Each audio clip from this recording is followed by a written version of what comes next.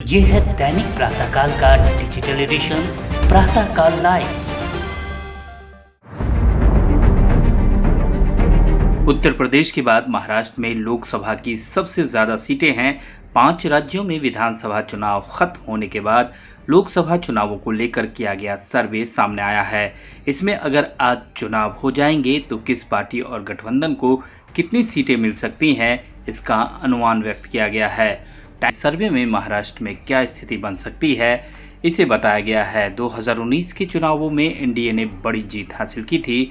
BJP और शिवसेना ने 23 और 18 सीटें जीती थी।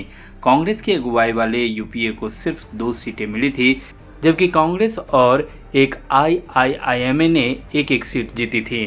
कांग्रेस को 2014 के मुकाबले 1 सीट का नुकसान हुआ था।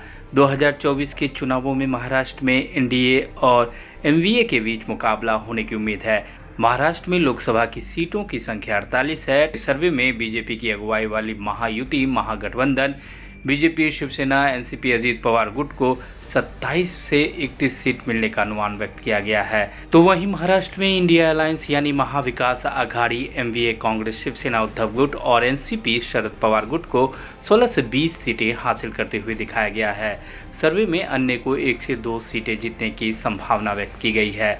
महाराष्ट्र की 48 लोकसभा सीटों के अनुमान के बाद एनडीए और एमवीए को कितने फीसदी वोट मिलेंगे, इसका भी सर्वे में अनुमान किया गया है। सर्वे में कहा गया है कि बीजेपी के अगुवाई वाले एनडीए को लोकसभा चुनावों में 47% वोट मिल सकते हैं, जबकि एमवीए को 41% वोट मिल सकते हैं।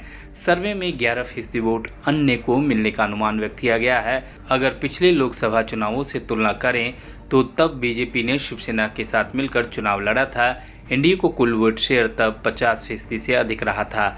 ऐसे में बीजेपी को कुछ वोट प्रतिशत का नुकसान होने का अनुमान लगाया गया है।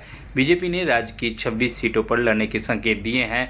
ऐसे में बीजेपी को महाराष्ट्र में पिछली बार की तुलना में कुछ सीटों का नुकसान होता दिख रहा है।